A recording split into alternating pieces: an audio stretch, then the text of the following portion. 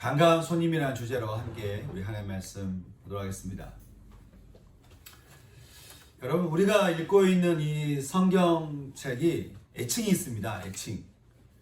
뭘까요? 애칭이. 성경의 애칭. 성경책은 이런 책이다. 보통 우리가 성경책이라고 얘기하지만 또 반면에 성경책은 이런 책이다. 이렇게 이야기하는 애칭이 있습니다. 뭐겠습니까? 바로 우리가 얘기할 때 언약의 책이다. 약속의 책이다. 그렇게 이야기를 합니다. 우리는 언제 약속이라는 단어를 사용합니까? 아빠와 자녀가 서로 뭔가를 하기로 했다든지, 또 아니면 함께 등산을 하자고 하든지, 운동을 가자고 하든지, 아니면 뭐를 이렇게 하면 가지고 싶은 뭔가를 이렇게 사달라고 하든지. 하여간 약속이라고 하는 것은 혼자 할 수 있는 게 아니고 서로가 뭔가 이렇게 합의를 해야 되겠죠. 그게 약속입니다. 친구끼리에도 약속이 있겠죠. 뭔가 부탁을 할 수도 있고, 어딘가를 언제 어떻게 같이 가기로, 함께 하기로 뭔가 하는 약속일 수도 있습니다. 부부끼리도 서로 뭔가를 정해놓고 약속을 할 수 있는데요. 이처럼 이렇게 약속이라고 하는 것은 상대와 서로 합의를 통해 앞으로의 일을 미리 정해두는 것을 말을 합니다. 그런데 이런 약속의 의미로 성경을 보게 되면 좀 아이러니한 생각이 들 수 있는 것은, 성경이 말하는 약속이라고 하는 것은 쌍방간의 뭔가 이렇게 합의에 대한 약속이라기보다는 다분히, 아니 전적으로 하나님의 일방적인 작정에 의한 약속이기 때문에 그렇다는 거예요. 사실 이렇게 완벽하게 불완전한 우리가 완전한 그 자체이신 하나님과 어떻게 우리 약속을 할 수 있겠어요? 그렇죠? 그런데도 성경은 불완전하고 불성실하고 변덕이 심하고 죄성이 강한 우리와 상관이 없이 하나님은 얼마나 일관되게 신실하게 약속하시고, 또 하나님이 약속하시고 책임은 또 본인이 지세요. 이런 약속의 모습을 우리에게 보여주고 있습니다. 성경에 보면요, 인간이 하나님을 거역하고 에덴 동산에서 쫓겨나갈 때 하나님은 짐승을 죽여서 피의 제사를 드리게 함으로써 지은 죄에서 우리를 자유케 하셨습니다. 하나님의 약속인 것이죠. 또 노아의 홍수를 통해서 900년 가까이 살면서 온통 마음의 생각이 항상 악하던, 세상을 이렇게 물로 쓸어버리신 그렇게 하나님이 이제 남겨진 자들이, 여러분 홍수라면 세상이 망했으니까 남겨진 자들이 뭐만 보면 깜짝 놀라겠습니까? 하여간 비만 내리면 깜짝 놀랄 거 아니에요. 그러니까 물만 보면 이렇게 두려워할 수 있기 때문에 하나님이 무지개를 이렇게 펼쳐주시면서 다시는 물로 멸하지 않겠다라고 하나님 우리에게 약속하셨습니다. 우리는 지금도 무지개를 통해서 그 약속을 보는 것이죠. 예레미야 선지자를 통해서는 너희는 내게 부르짖으라, 내가 너에게 응답하겠고 너가 알지 못하는 크고 은밀한 일을 너에게 보이겠다라고 하나님 우리에게 약속하셨고요. 죄로 인해 굴곡된 세상을 살아가는 우리들에게 예수님은 두려워하지 말고 믿기만 하라고, 그리하면 너에게 구원이 임할 것이라고 그렇게 우리에게 약속해 주셨습니다. 그 외에도 이렇게 성경 보게 되면 한 장 한 장 모든 성경에 묻어있는 하나님의 약속은 인간의 모든 생각과 그리고 상상을 뛰어넘어서 그렇게 우리를 하여간 결코 구원하시고야 말겠다라고 하는, 성경은 우리를 살게 해주는 하나님의 뜻이 담긴 약속의 책, 언약의 책이다라고 하는 것입니다. 여러분, 혹시 여러분이 성경을 묵상하시면서 또 성경을 읽다가 문득 하나님께서 이거는 나에게 주시는 것 같은, 내 마음속에 감동이 오게끔 뭔가 말씀을 주시는 장면을 여러분 딱 발견하시거든. 여러분, 그 현장을요, 남 일로 보지 마시고, 이건 다윗의 일이고, 이건 아브라함의 일이고, 이것은 요셉의 일이라고 생각하지 마시고, 그것을 여러분 바로 나의 믿음의 것을 여러분 취할 수 있는 여러분 되시기 바라는 거예요. 왜냐하면 여러분, 이것은 하나님이 약속하셨다라고 하는 것은 여러분 성경을 통해 약속하셨다라고 하는 것은 모든 이들에게, 하여간 이것을 믿음을 받아들이는 모든 이들에게 하나님 반드시 지키시는 약속이기 때문에 그런 것이죠.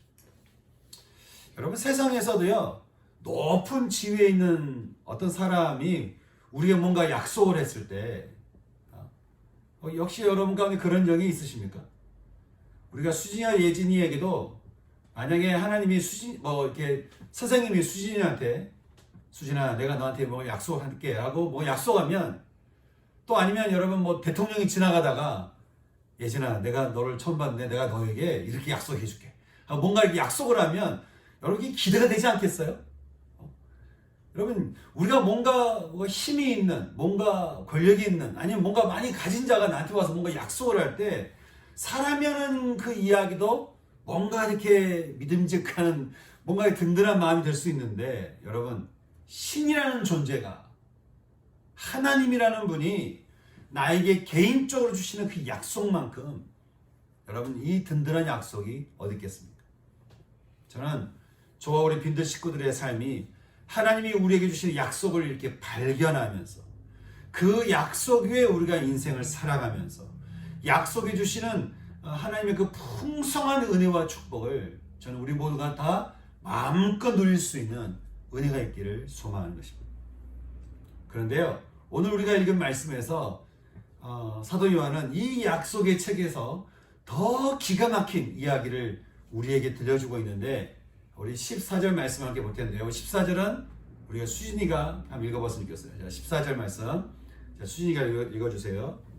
우리 가운데 거하시며 우리가 그의 영광을 보니 아버지 은혜와 영광이요 은혜와 진리가 충만하다. 예, 말씀이 육시되 우리 가운데 거하시며 우리가 그의 영광을 보니 아버지의 독생자의 영광이요 은혜와 진리가 충만하다라는 것이죠. 이 요한이 전했던 이 14절의 이 말씀이요, 세례 요한이 이야기한 건데, 이 세례 요한이 전했던 이 말씀이 당시 이 말씀을 듣는 유대인들에게 깜짝 놀라움이 됐던 이유가 두 가지가 있었습니다. 첫째는 뭐냐면 말씀이 육신이 되었다라는 말 때문이었습니다. 지금도 그렇지만 당시에는 더더욱 육체는 좀 세속적인 것이고 정신은 거룩한 것이라고 하는 이원론적인 생각을 하고 있었습니다. 그런데 약속의 말씀이 뭔가 영적으로, 뭔가 어벤져스처럼 뭔가 이렇게 그럴듯하게, 뭔가 꽝하게 내려오신 그게 아니고, 약속의 말씀이 아주 아기처럼, 우리 시온이 같이 그렇게 아주 아기처럼 이렇게 아기와 같은 모습으로 이 땅에, 아기로 이 땅에 오셔서 우리로 하여금 우리 가운데 육체로 다가오셨다는 거예요. 육체가 되어서 우리 가운데 찾아오셨다고 하는 것이죠. 여러분 이것이 우리에게 주는 의미가 있습니다. 그것은 하나님 우리에게 주신 약속이라고 하는 것은 뭔가 이렇게 영적인 것이고 뭔가 이렇게 형이상하지 그런 것이 아니고, 약속이라고 하는 것은 전적으로 현실적이고 하나님 약속은 전적으로 실제적이다라고 하는 것을 예수님이 우리에게 보여주시기 위해서 말씀이 되신, 그 약속이 되시는, 언약이 되시는 예수님이 육체를 입고 이 땅에 찾아오셨다고 하는 거예요. 당시 사람들은요, 예수님과 같이 거룩한 자가 어떻게 인간의 몸을 입고 이렇게 태어나서 자라셨겠냐고, 그냥 어떤 한 사람에게 잠시 들어갔다가 나타나셨다라고 하는 가연설을 주장을 했습니다. 근데 요한은 예수님은 영적인 존재로 우리에게 뭔가 이렇게 나타나신 게 아니고, 언약과 약속의 하나님이 육체가 되어서 직접 우리를 찾아오셨다라고 그렇게 이야기를 하고 있습니다. 여러분, 마치 아브라함을 찾아가신 하나님처럼요, 다윗을 만나주신 하나님처럼요, 하나님은 육신을 입고서 우리를 직접 만나러 우리에게 찾아오셨다는 거예요. 말씀이 육신이 되어 우리를 찾아오신 예수님은 이 땅에 오셔서 사람들을 만나시면서 이렇게 말씀하셨습니다. 천국이 가까이 왔다. 천국이 가까이 왔다. 먼 천국을 말하는 게 아니에요. 천국, 본인을 얘기하시는 거예요. 천국이 내가 너희 앞에 가까이 왔다. 그래 어떻게 합니까? 회개하라는 것이에요. 나에게로 돌아오라고 하는 것이죠. 이것이 예수님의 메시지였다고 하는 것입니다. 제가 신앙생활을 보면요, 어떤 분은 신앙을 너무 영적인 것으로만 이야기를 하시는 분을 만나게 됩니다. 뭔가 이렇게 기도할 때 느껴지는 느낌, 신앙생활을 뭔가 말씀을 보면서 뭔가 감동, 어떤 느낌, 뭔가 영적인 체험, 이것을 많이 주장을 얘기하시는 분이 있습니다. 그런데 여러분, 신앙이라고 하는 것은 분명히 영적인 체험이 있지만, 영적인 체험 이전에 신앙은 다분히 현실적이고 우리 삶 가운데 실제적으로 우리의 삶을 변화시키는 신앙은 굉장한 실제적이다 라고 한다는 것입니다. 왜냐하면 이것 때문에 예수님이 우리에게 말씀이 육신이 되어 우리 가운데 찾아오신 거예요. 내가 너희에게 이렇게 찾아가겠다는 거예요. 그때 찾아오신 예수님이 지금도 우리를 이렇게 찾아가시겠다고 말씀하시고, 그래서 주님이 이 땅에 오셔서 승천하시기 전에 뭐라고 말씀하셨습니까? 내가 가는 것이 맞다. 내가 가서 이제는 보혜사 성령을 너에게 보낼 테니 그 보혜사 성령이 나를 찾는 모든 사람에게 다 찾아가서, 다시 말하면 뭐 지금 이 순간 미국이 됐든 일본이 됐든 어느 나라가 됐든 어느 지역이 됐든 지금 이 순간 여러분과 저가 이렇게 다른 장소에 있지만 우리가 동일하게 예수의 이름을 부르고 찾기만 하면 성령께서 동일하게 우리를 찾아오셔서 우리를 만나시고 우리 가운데 우리 삶에 역사하셔서 실질적으로 현실적으로 우리 삶을 바꿔 가시겠다. 그렇게 우리에게 말씀하신다고 하는 것이죠. 제가 어제 세례교육을 하면서 한 주간 우리 용현자하고 영신이 자매에게 한 주간 예수님이 주신 구원을 어떻게 누리며 살았나 저렇게 묻게 됐는데, 왜냐하면 이렇게 묻는 이유가 있어요. 구원하면 뭔가 대단하고 영적인 것만 생각하기 쉬운데, 여러분 구원이라고 하는 것 자체, 하나님이 주시는 하나님의 그 은혜를 누릴 수 있는 구원은 뭔가 영적인 것을 떠나서 우리 가족 안에서, 내 마음에서, 회사에서, 학교에서, 내가 만나는 모든 만남에서 이루어질 수 있는 실제다라고 하는 것이. 그래서 만약에 여러분 삶 가운데 내가 구원이라고 하는 것을 잘 경험하지 못하고 있다고 한다면, 근데 내가 예수를 믿기는 한데 구원이라고 하는 것을 잘 경험하지 못하고 있다고 한다면, 여러분 다시 주님 앞에서 다시 믿음의 신앙을 고백드리면서, 주님, 내 삶에서 주님의 구원을 경험하기 원합니다.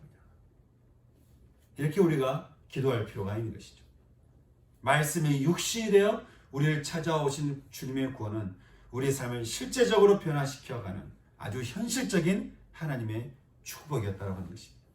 왜냐하면 약속과 언약의 말씀이신 예수님이 육신이 되어 우리를 찾아오셨기 때문에. 여러분, 세상에 이처럼 반가운 손님이 어디 있겠습니까? 우리를 찾아오셔서 우리의 삶을 변화시키고 우리 삶을 전인격적으로 바꿔가시는, 말만 하는 것이 아니라 실제적으로 바꿔가시는 그 예수님처럼 여러분 우리 인생에 반가운 손님이 어디 있겠습니까? 요한계시록은 말합니다. 볼지어다 내가 문 밖에 서서 두드리노니, 내가 문 밖에 서서 두드리노니 누구든지 내 음성을 듣고 문을 열면 내가 그에게로 들어가서 그와 더불어 먹고 그는 나와 더불어 먹으리라 라고 말씀하는 것입니다.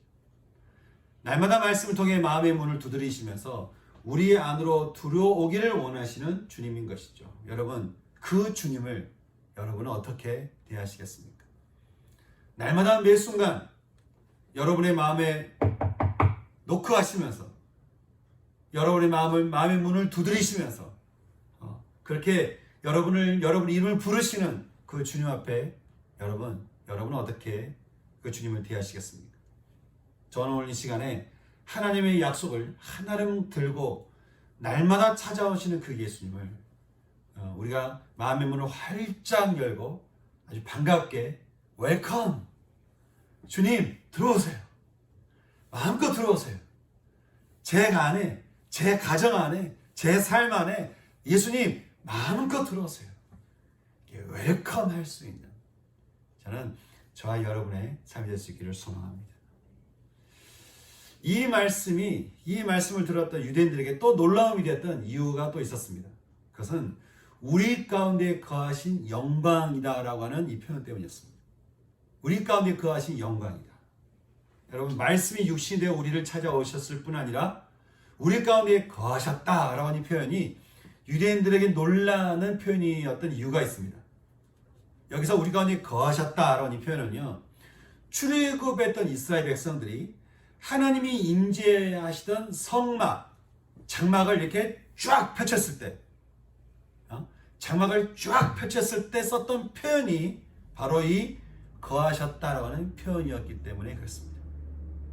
다시 말해서 약속이 육신이 되어 우리를 찾아오신 예수님이 우리를 부르시고는 그 자리에서 당신의 성막, 장막을 쫙 펼치셨다는 거예요.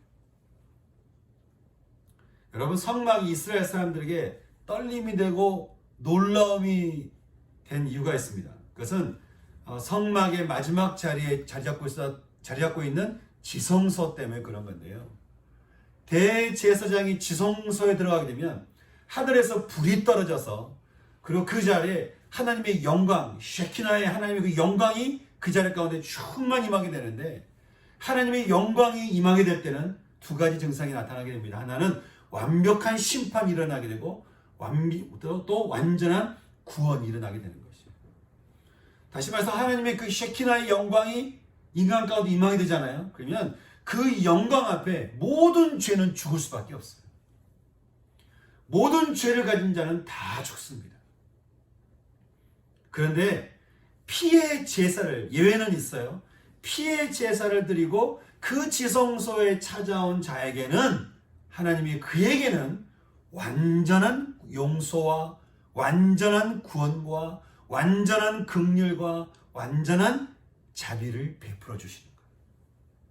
다시 말해서 지성소는 완전한 심판의 자리인가 동시에 완전한 구원의 자리여서 죄가 있는 자는 반드시 죽겠지만 피의 제사를 거친 자에게는 하나님의 완전한 구원과 긍휼과 자비와 용서를 경험하게 되는 하나님의 영광의 자리가 바로 지성소에 있다고 하는 것이죠.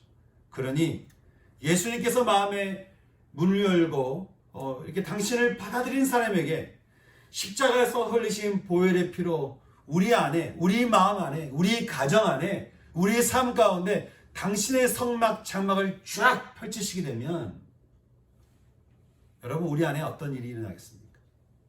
당신의 보혈의 피를 우리 안에 마음껏 뿌려주시고, 우리 안에 쫙 뿌려주시고, 십자가의 보혈의 피를 우리 가정 안에 쫙 뿌려주셨을 때, 그래서 우리 마음 안에, 우리 가정 안에 그렇게 하나님의 당신의 성막, 장막을 쫙 펼쳐주시게 되면 여러분, 그때 그 자리에서 우리 안에 어떤 일이 일어나겠습니까? 예수님의 완전한 구원과 완전한 보호와 완전한 자비가 우리 삶 안에 일어나게 되는 거예요. 장소에 상관이 없어요. 여러분이 길을 가게 되든, 하여간 여러분이 회사에 있든, 여러분의 가정에서이든, 아니면 어떤 장소이든 어떤 상황이든 상관이 없이 우리를 찾아오시는 예수님 앞에 여러분의 마음의 문을 활짝 열고 예수님, come, welcome, 내 안에 마음껏 임하시옵소서. 그 예수님을 영접하고 예수님을 받아들이게 될 때, 예수님을 믿음으로 그 예수님을 받아들이게 될 때 십자가의 보혈의 피가 우리 안에 마음껏 흘러 들어오면서 그 자리에, 그 순간에, 그 상황에서 예수님의 완전한 구원과 용서와 긍휼과 자비가 우리 안에 충만하게 흘러온다는 거예요. 세례 요한은요, 이런 현장에서 있다 보니까 어떻게 얘기하면 내가 그 현장에서 그 영광을 보니 아버지의 독생자의 영광이요, 이 은혜와 진리가 충만했다라고 그렇게 이야기를 해주고 있습니다. 이 영광 안에서 오직 한 분이신 메시아 그리스도를 통한 영광이 임하게 될 때 그 자리에서 내가 은혜와 진리가 충만함을 경험하게 된다는 거예요. 여러분이 은혜라고 하는 이 카리스라는 단어는요, 아낌없이 주는 선물이라는 뜻입니다. 아낌없이 주는 선물.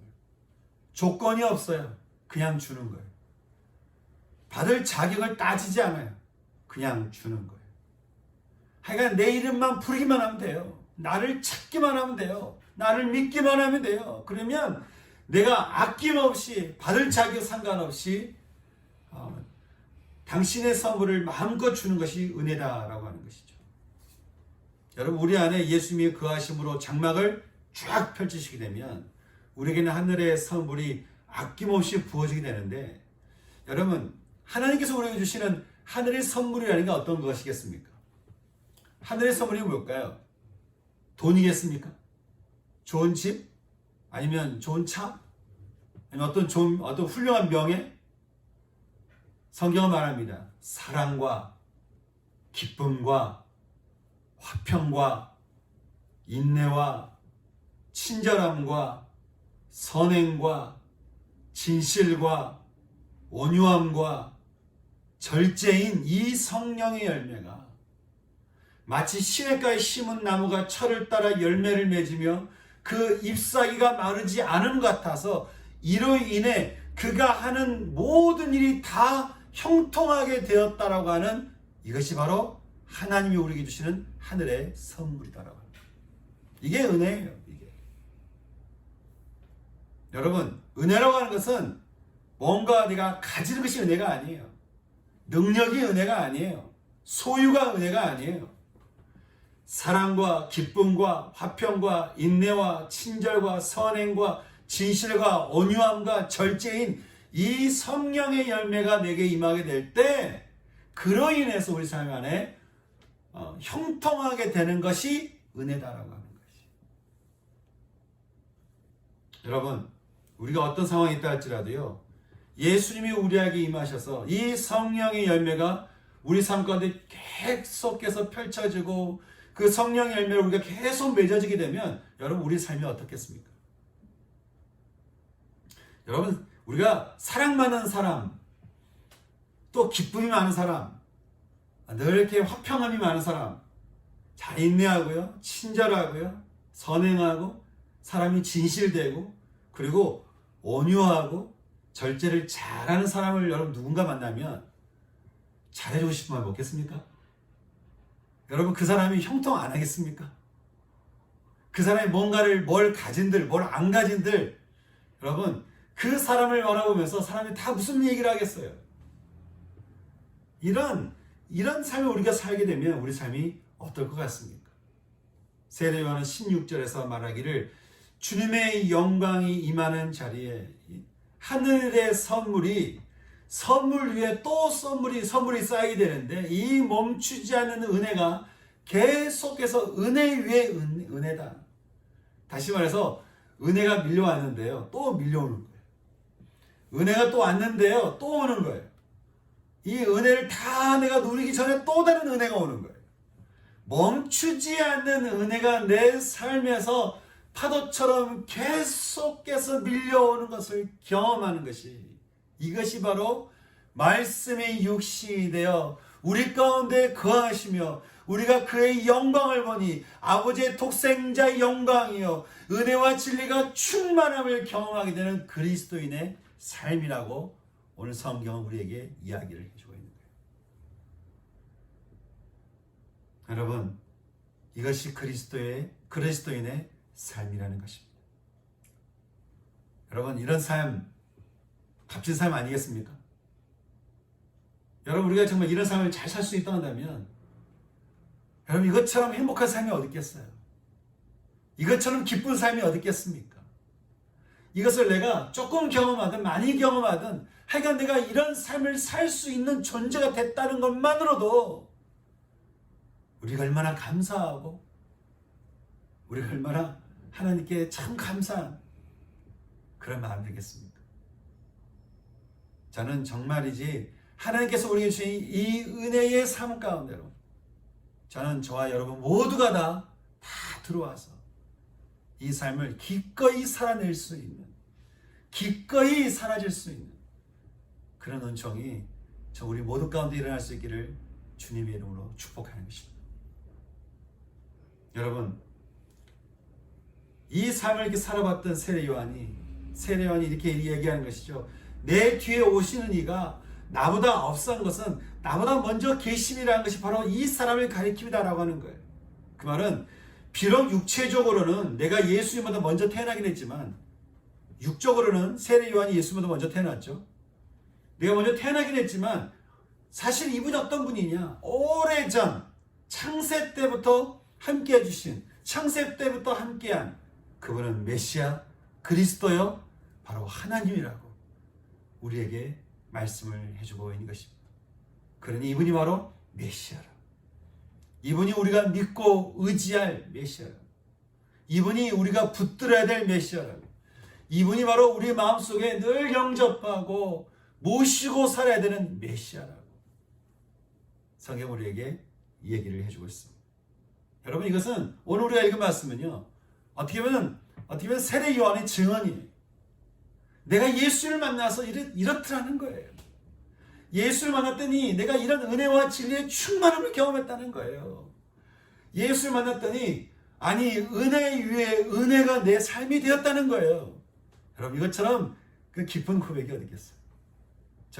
여러분의 인생도 누군가에게 증언할 때 내 인생이 은혜 위에 은혜라고, 은혜를 받았는데 그 은혜 위에 또 은혜가 임하고 또 은혜가 임하고, 그래서 내 삶에 계속 은혜가 밀려오더라고. 이렇게 이런 증언을 할 수 있는 저와 여러분 될 수 있기를 소망하는 것입니다. 여러분, 이런 은혜의 삶이 얼마나 기쁜 삶이겠습니까? 근데 또 세례요한이 말하기를 은혜뿐만 아니라 또 경험한 것이 진리였다는 거예요. 진리가 충만했다고 하는 것이죠. 여러분, 진리가 있다는 말은 가짜가 있다는 말이에요. 여러분, 우리가 얼마나 가짜에 속습니까? 우리의 존재에 대해서 세상이 이야기하는 이야기 속에, 또 세상이 우리에게 이야기하는 어떤 세상의 방식들, 세상이 이야기하는 성공 방식, 세상이 이야기하는 삶의 방식, 여러분, 그것이 얼마나 우리로 하여금 가짜로 우리를 많이 속입니까? 우리의 존재에 대해서 얼마나 많은 거짓말을 해요. 근데 여러분, 우리가 말씀이 육신이 되어 우리 가운데 찾아오신 그 예수를 만나게 되면 우리는 어떤 일이 일어나게 될까요? 가짜는 사라지는 것입니다. 가짜는 힘을 잃어버리는 것입니다. 가짜가 더 이상 내 삶을 사로잡지 못하는 것입니다. 그전에는 가짜가 내 존재를 붙들고, 가짜가 내 감정을 붙들고, 가짜가 내 마음을 속이고 내 마음을 절망케 하고 내 마음에 고통을 주었는데, 진리 대신 예수를 만나고 나니까 모든 그 가짜가 내 안에서 사라지는 것이다. 진리를 알지니 진리가 너희를 자유케 하리라. 예수님을 만나면서 예수님이 하시는 말씀 하나하나, 그 말씀 때문에 내 마음이 풀리는 거예요. 내 마음이 풀어지는 거예요. 내 감정이 풀어지는 거예요. 내 미움이 풀어지는 거예요. 내 마음의 답답함이 풀어지는 거예요. 내 마음의 고통이 풀어지는 거예요. 내 마음에 포로되면서 내가 자유케 되는 거예요. 여러분, 이것이 그리스도인이라고 하는 것입니다. 그러니 여러분, 세상에 가장 가치 있는 것은 그리스도인 아니겠습니까? 이 가치 있는 삶 가운데로 우리를 초대하신 예수님, 그리고 이 가치 있는 복음을 가지고 우리를 찾아오신 예수님. 저는 오늘 이 예수님의 이 복음 앞에 이미 어쩌면 여러분 마음 가운데 이미 여러분 곁에, 여러분 옆에, 여러분 뒤에, 여러분 앞에, 어쩌면 여러분 마음 안에 어떤 분에게는 내 마음의 문을 다 열지 않아서, 어떤 분에게는 그렇게 마음의 문 앞에 예수님이 아마 우리에게 이렇게 말씀하실 것 같습니다. 내가 너 안에 들어가도록 너의 마음의 문을 활짝 열면 내가 너에게로 들어가서 세례 요한이 고백했던 이 고백의 삶을 내가 너로 하여금 살게 할 거라고. 오늘 우리에게 주시는 이 말씀 앞에 저는 한 분도 빠짐없이 다 아멘으로 화답하며 예수님 내 안에 임하시옵소서. 예수님 웰컴, 충만히 마시옵소서. 내 안에 충만히 마셔서 하나님 내 삶을 다스려 주시고 내 마음을 만져주시고 내 삶의 주인 되어 주시옵소서. 그렇게 기도할 수 있는 저와 여러분 모두가 될 수 있기를 소망하는 것입니다. 그래서 오늘 이 말씀을 가지고 함께 우리가 기도했으면 좋겠습니다.